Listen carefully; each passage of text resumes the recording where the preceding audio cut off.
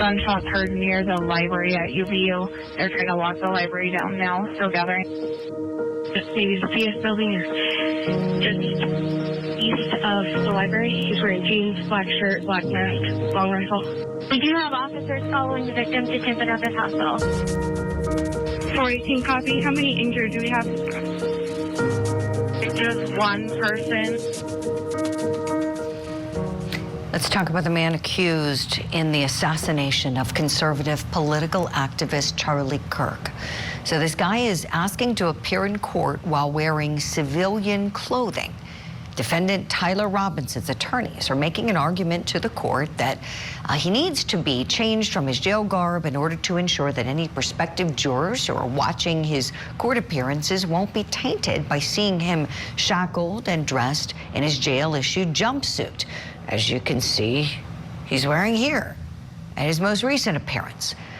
Tyler Robinson's attorneys go on to say in their motion, quote, with each development in the case generating thousands of articles and comments online, the likelihood of potential jurors seeing and drawing conclusions regarding Mr. Robinson's guilt and/or deserved punishment from obvious signs of pretrial incarceration will only increase. The repeated and ubiquitous display of Mr. Robinson in jail garb, shackles, and a suicide vest will undoubtedly be viewed by prospective jurors and will inevitably lead to prospective juror perception that he's guilty and deserving of death. Now, the motion also references something interesting. References a highly publicized death penalty case in Ada County, Ohio, involving, can you guess? Brian Kohberger.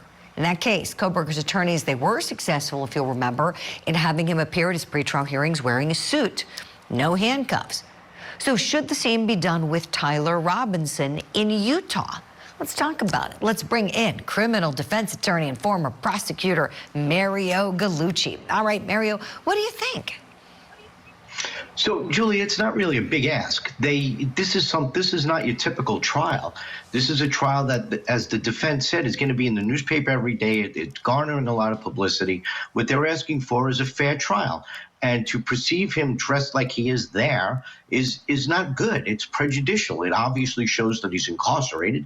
If he's incarcerated, maybe he's dangerous, and that can affect the perception of the potential jury pool. It's something that I've done in many cases.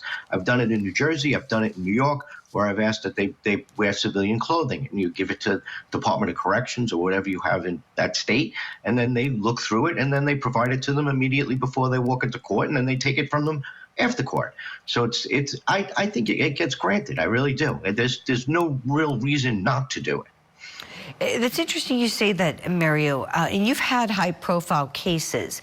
So it's really not a major inconvenience from what you've experienced, right? It's really not a big ask, as you're saying, that this can be done pretty simply with not a lot of hassle. Exactly. It's very easy. You bring the clothes, or you bring the clothes to corrections, and then they give it to him right before he walks out into the courtroom. He changes in a back cell, and then he takes them off and goes back to wherever they're housing him. So it's not very complicated. It's not a big ask. The bigger ask is that they're asking that his shackles be removed. That's something that is a much bigger do than just the clothes. So to remove the shackles from him, could cause a problem in a courtroom. Say he decides to bolt, and now this is all over the news. That would affect a potential jury pool. So I don't know if they're going to win on the shackling. I mean, there's many ways around, the shackles. Mm-hmm. Yeah, what would you think would be ideal from the defense perspective, Mario? What would be your ask with that? So I would ask for everything they ask for. You ask for everything, and hopefully you get something. So they're asking for civilian clothing. They're asking for the shackles be removed. They're asking for everything. And the judge, the judge is going to use a balancing act and figure out how we could protect his courtroom, and how we could ensure that this young man has a fair trial. And that's what they're trying to do right now. So the shackles may be as I just said, is a bigger ask. I don't know if they're going to win on that, but the civilian clothing should be easy. Right. Yeah, the judge may split the baby here. Let's take a look at a clip from the judge. This is a newly appointed judge, and he has just taken the bench, or newly elected. I shouldn't even say appointed, because I'm not quite sure if he was elected or appointed to his position, but newly serving on the bench in the community in Utah, and he was assigned this case. Let's take a listen to some of what he shared with the public. I remain steadfast in my oath that I made 56 days ago to support and defend the constitutions of the United States and of Utah. I will carry out my duties with fidelity, transparency, and impartiality, treating every person who appears before me with the dignity and respect they are inherently due because they are human beings.